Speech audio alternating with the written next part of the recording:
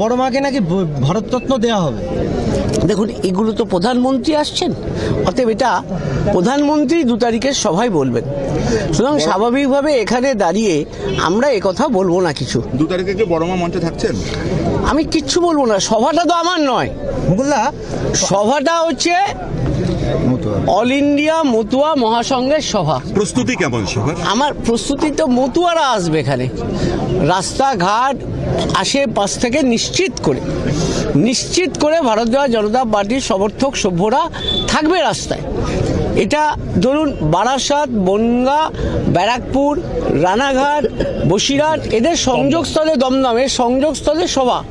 প্রধানমন্ত্রী আসছেন বলে কথা, তাহলে স্বাভাবিকভাবেই রাস্তাঘাটে লোকজন থাকবে। কিন্তু এটা খুব আমাদের ক্লিয়ার ইনস্ট্রাকশন আছে আমাদের পার্টির পক্ষ থেকে, কেউ ফ্ল্যাগ ফেস্টুন নিয়ে মাঠে যাবে না।